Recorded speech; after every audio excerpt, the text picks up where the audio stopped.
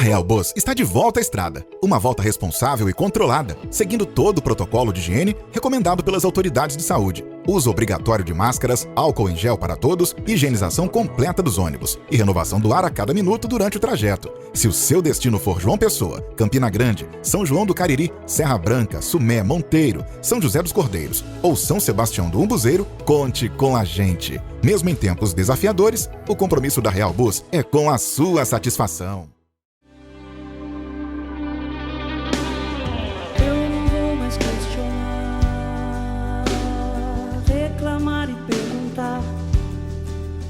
Senhor, porque Senhor, eu preciso confiar, descansar e esperar em Ti, Senhor, em Ti, Senhor. Eu não vou mais questionar,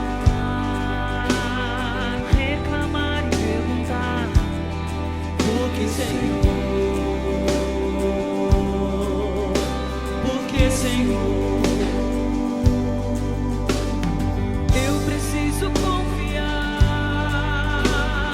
descansar e esperar em Ti, Senhor, em Ti, Senhor. Todos os meus pensamentos, os meus sonhos, meus desejos são Teu, Senhor. Minha vida, meu sustento, minha força e meu tempo são Teu, Senhor. Se no deserto eu passar, Tu estarás comigo. Quando me faltar o ar, sopra em mim Teu Espírito. Chegar, Tu és o sol da manhã. Quando a tormenta eu passar, serás o meu abrigo.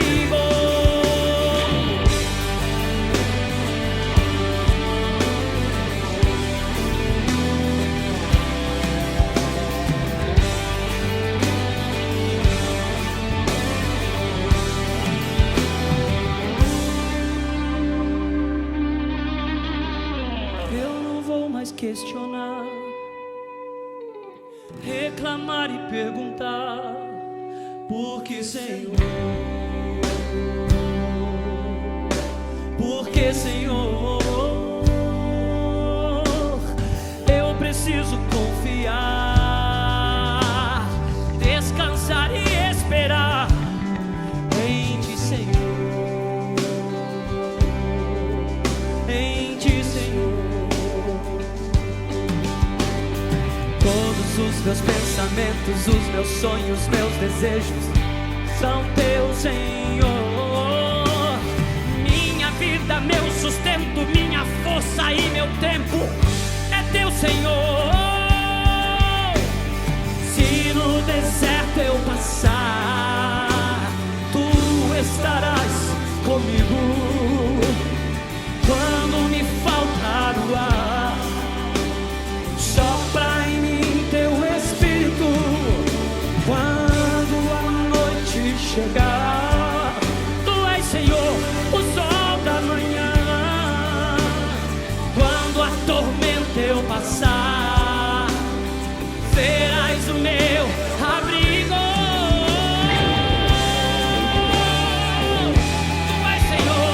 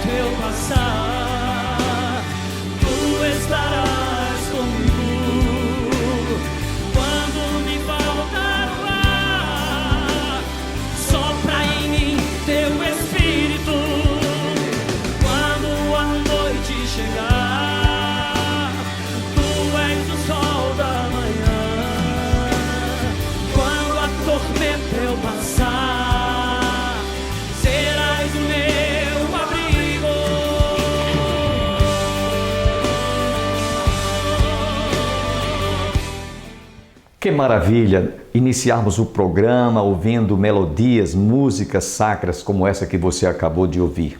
Estamos juntos nessa manhã de quarta-feira, hoje 6 de outubro.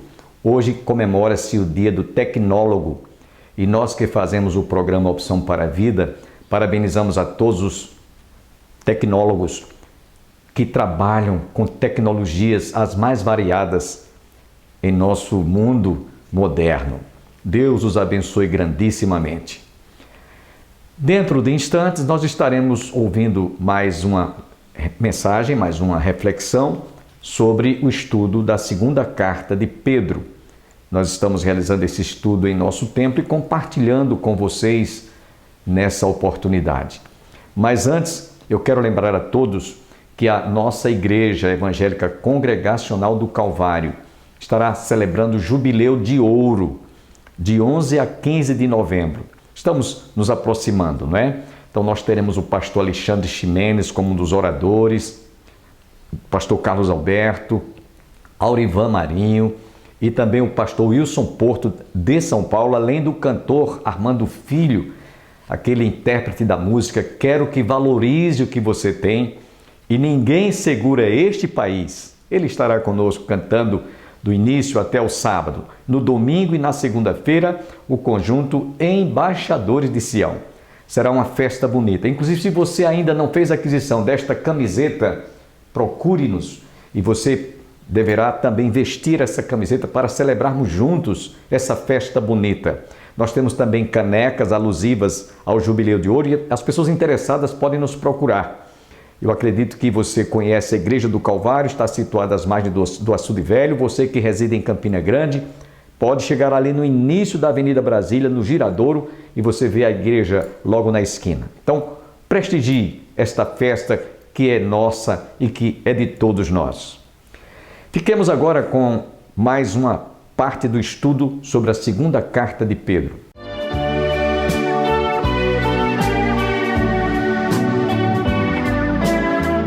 Os valores estão invertidos. As pessoas não estão se aceitando mais. Por isso a gente às vezes vê pessoas que elas tinham o cabelo preto ou o cabelo grisalho, aí daqui a pouco pinta o cabelo vermelho, da cor de fogo. Outro dia eu estava no centro da cidade e pensei que a cabeça da moça estava pegando fogo, porque era vermelha da cor de fogo. As pessoas não se aceitam. É plástica de todo um jeito, faz plástica disso, faz plástica daquilo, para botox aqui, botox para aquilo. Daqui a pouco a pessoa está toda deformada. Eu tenho visto matérias de pessoas que eram até belas, eram até bonitas, eram pessoas até de uma feição bem agradável, mas fizeram tanto botox, ficou parecendo um jacaré.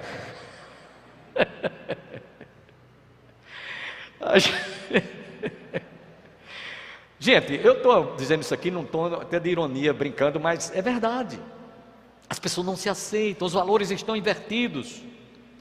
E é por isso que Pedro diz aqui no verso 7, é porque o Senhor livrou livrou o justo Ló afligido pelo procedimento libertino daqueles insubordinados. Uma insubordinação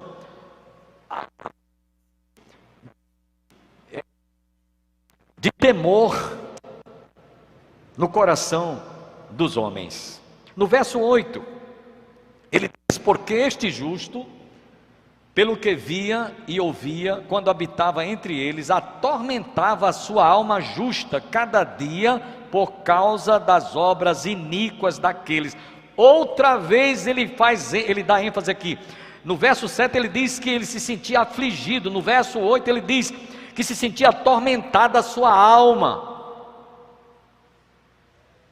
Aí você vê uma coisa errada sem poder dar jeito, sem você ter a quem recorrer, sem você ver perspectiva nenhuma de que vai mudar. Pelo contrário, vai pior. Aquilo que dizem, quanto pior, melhor.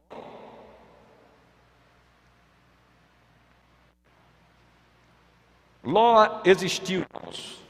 Ele foi um ser existencial. Ele foi um dos sobreviventes daquele dilúvio. Por isso ele é citado aqui por Pedro.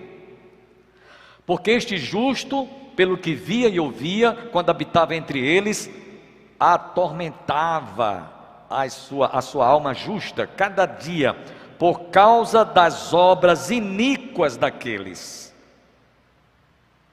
Como eu disse há pouco, é assim que eu me sinto. Eu não vejo a hora, meus irmãos, ou do Senhor vir nos buscar, ou nos levar. Veja a hora. Que está chegando um momento que você diz assim, não está dando para a gente continuar, mas aqui é como quem está num espaço e faltando ar. O oxigênio da liberdade, do respeito, o oxigênio dos direitos, a liberdade de expressão, de ir e vir. Nós estamos perdendo. Agora, isso não é só no Brasil, não, isso é no mundo inteiro. Agora mesmo, na Europa, a Inglaterra e outros países que formam o continente europeu, estão na iminência de falência. As prateleiras do supermercado não têm mais gênero para alimentar as pessoas. E não é no Brasil não, é lá na Europa. Gente morrendo de fome.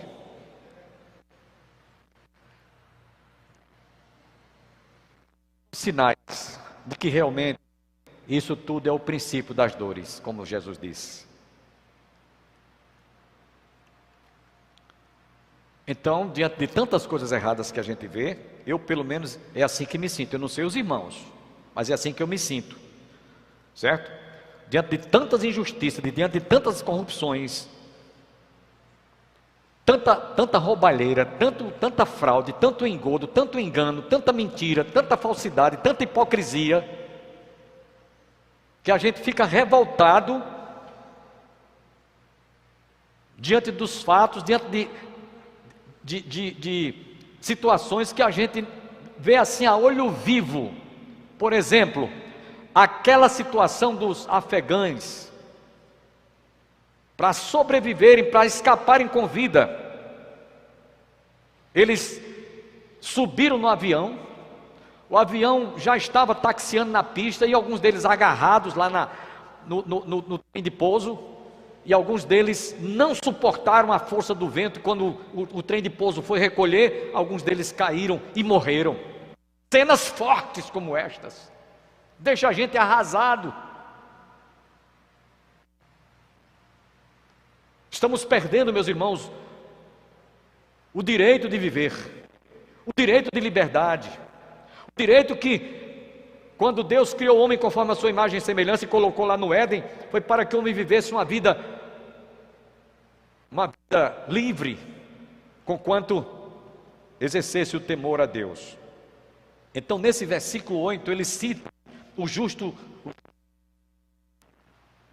o qual tinha sua alma afligida e atormentava cada dia por causa das obras iníquas daqueles. Vocês estão pensando que isso não acontece isso hoje, não?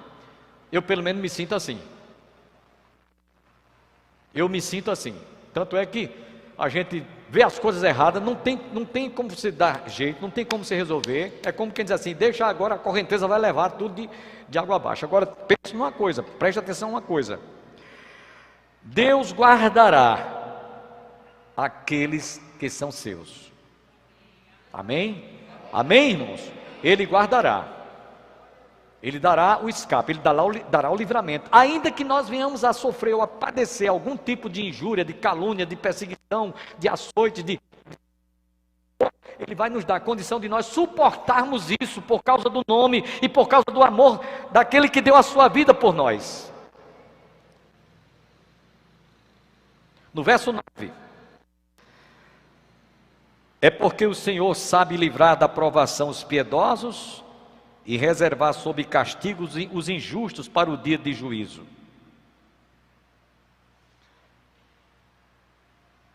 Nesse versículo 9, Pedro faz um resumo de como Deus age quanto a dar o livramento merecido àqueles que creem e dependem dele. e juízo sobre aqueles que se rebelam ou se levantam contra as veracidades da sua palavra. Então preste atenção, ele faz um resumo de como Deus age quanto a dar o livramento mesmo na provação àqueles que foram justificados pela fé, e reservar para castigos injustos e infiéis para o dia do juízo final. Em outras palavras, para eles o juízo os aguarda. É isso que ele diz aqui no verso 9. É porque o Senhor sabe livrar da provação os piedosos e reservar sob castigos injustos para o dia de juízo. Domingo próximo passado nós tivemos aqui uma família paquistanesa. Domingo à noite, todo mundo que estava aqui presente o viu. Vocês viram como foi o agir de Deus na vida daquela família? Tinha momentos que é como quem está assistindo um filme e naquela hora parece que a vítima vai ser aniquilada, vai ser fuzilada, vai ser morta, mas aí surgia, né, uma luzinha dando livramento. Tinha hora que parece que perdeu todo o tempo, vocês vão voltar para o Paquistão, vocês têm que pagar, perder o voo, tudo dando errado. Mas Deus estava com eles. É assim, irmãos. Deus está com o seu povo. Ele estará sempre conosco. Jesus prometeu: eis que eu estou convosco todos os dias das vossas vidas, até a consumação dos séculos. Nós não estamos sozinhos. O Senhor envia os seus anjos para estar acampados ao nosso redor. Ele disse: onde houver 2 pessoas, 3 ou mais reunidas em meu nome, aí eu estou presente no meio deles. Não temos que temer.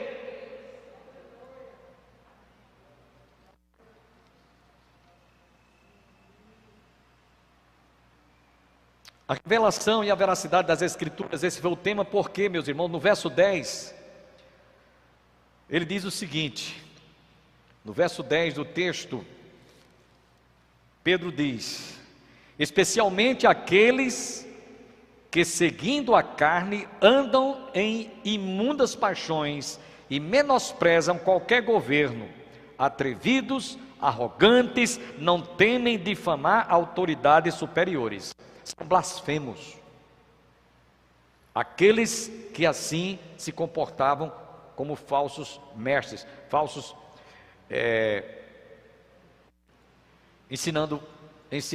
fazendo ensinamentos falsos e errôneos.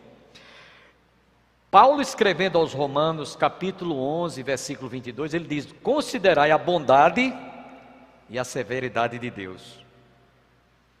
A severidade para com os ímpios, para com os que são rebeldes, e a bondade para com os que se arrependem. Então Deus não tem 2 pesos e 2 medidas. Na balança de Deus, Ele julga com justiça e equidade. Deus não tem parcialidade, como a gente vê infelizmente acontecer em nosso país. Muita imparcialidade. Muita parcialidade, desculpem. Deus é imparcial. No julgar, Ele vai ser imparcial. Com a mesma medida como nós julgamos, nós seremos julgados. Com a mesma medida que nós falamos contra alguém, seremos também julgados. É isso que nos diz Jesus, escrevendo lá no Evangelho de São Mateus, no Sermão da Montanha. Então, preste atenção. Todos esses ensinamentos proferidos pelos falsos mestres, os quais se comportavam pervertidamente, tanto nas práticas sodomitas, porque eles tinham de homossexualidade, por isso que foi citado Sodoma e Gomorra. Eu não vou muito longe, irmãos. Eu conheço história de pessoas que são autoridades de relevantes cargos neste país, mas que têm semelhante comportamento. Onde está a moral? Onde está a autoridade para ser exercida com respeito? Não existe. Não é diferente hoje, irmãos, daqueles dias. Não pense que isso foi nos tempos de Pedro. Não pense que isso, irmãos, isso é como se fosse um filme. Nós estamos assistindo, os personagens, os atores são outros, mas o enredo é o mesmo.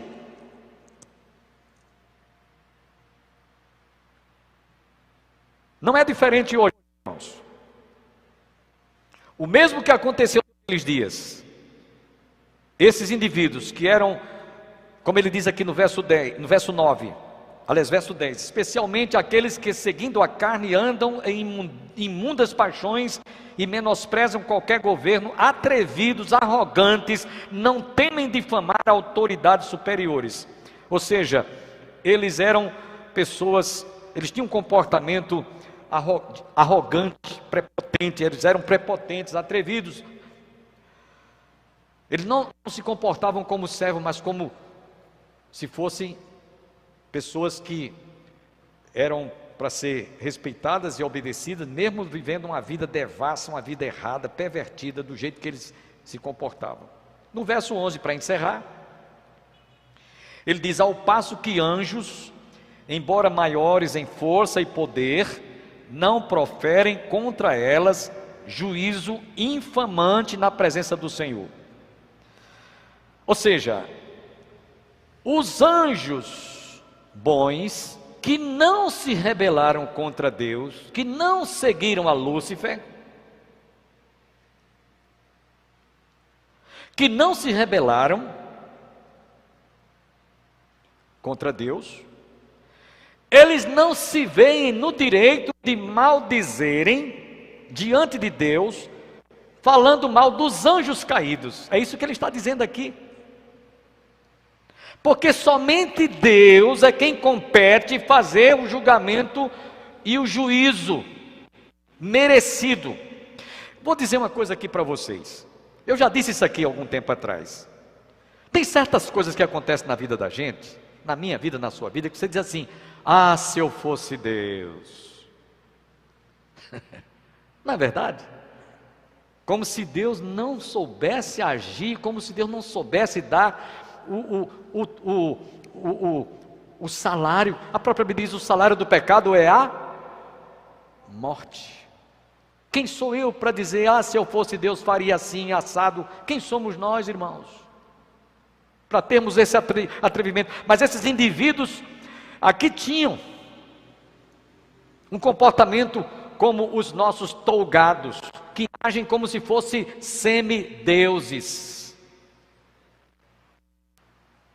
Por isso que ele diz aqui no verso 10, no verso 11: ao passo que anjos, embora maiores em força e poder, não proferem contra elas juízo infamante na presença do Senhor. Em outras palavras, os anjos bons,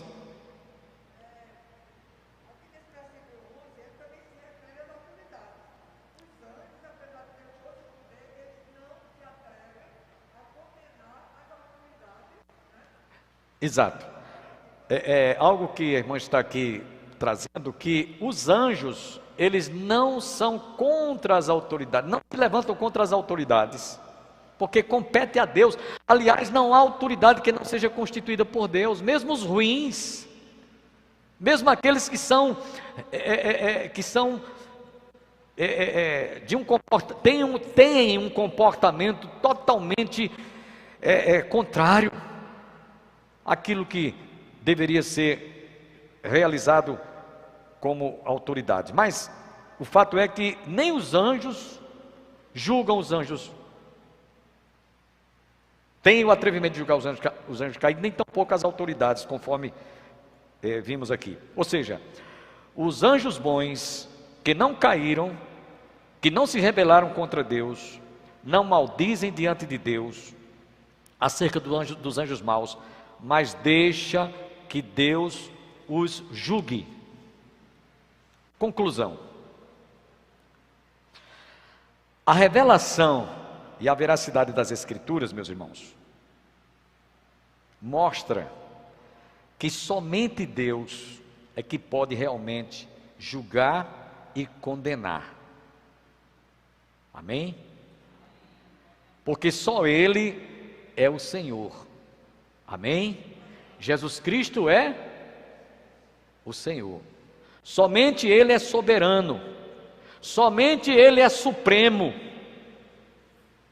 Somente Ele sabe realmente dar o salário, o pagamento de acordo com o que você merece. Quem nele crê não é condenado, mas quem não crê já está condenado. É o que a Bíblia diz. Não tem meio termos, não. Deus é soberano, Ele é supremo.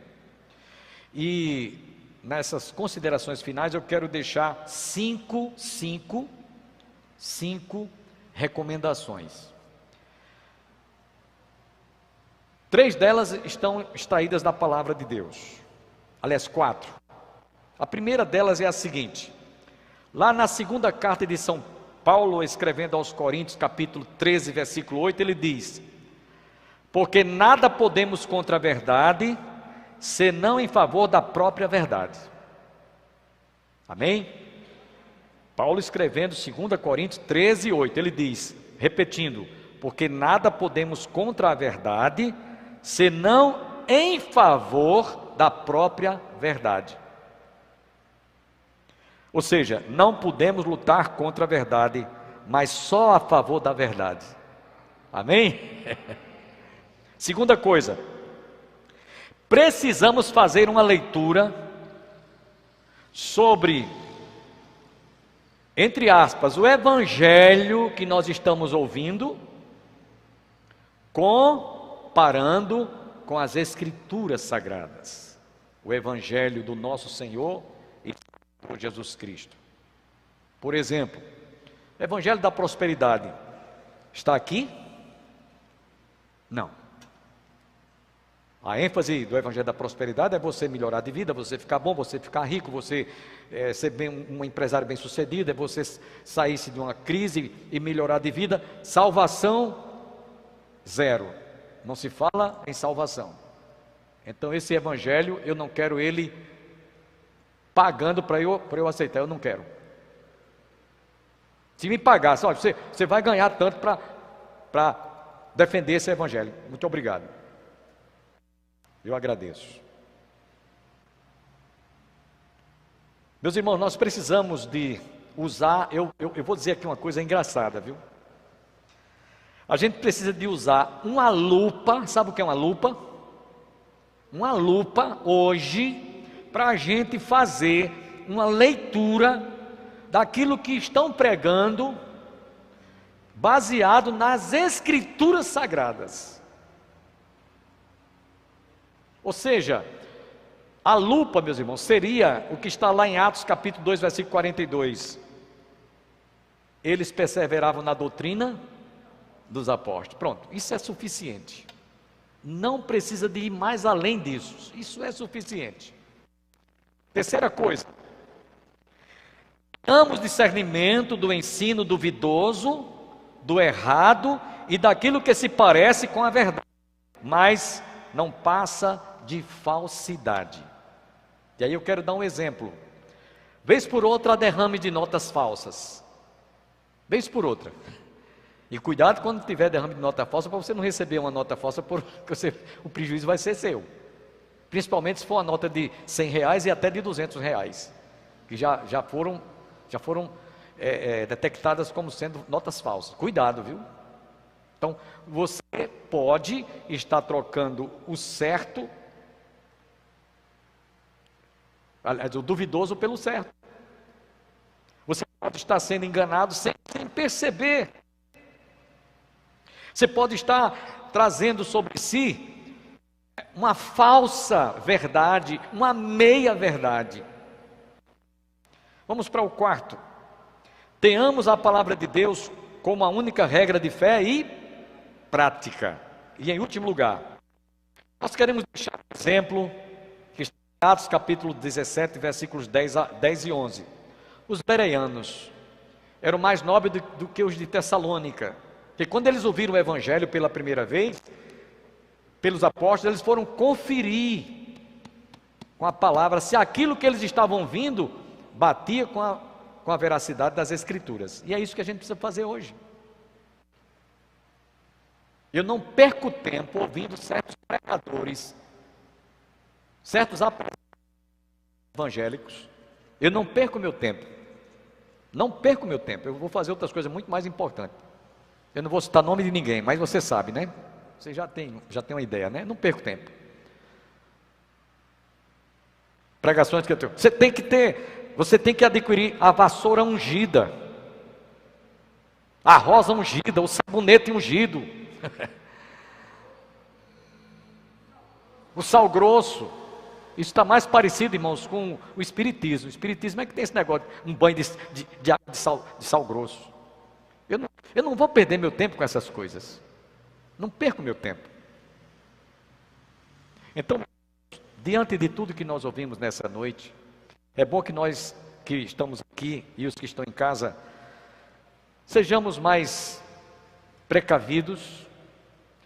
E assim como Pedro naqueles dias enfrentou todas essas dificuldades, e ele provou fatos inusitados, os anjos que caíram, Noé que existiu, Ló também que existiu, né?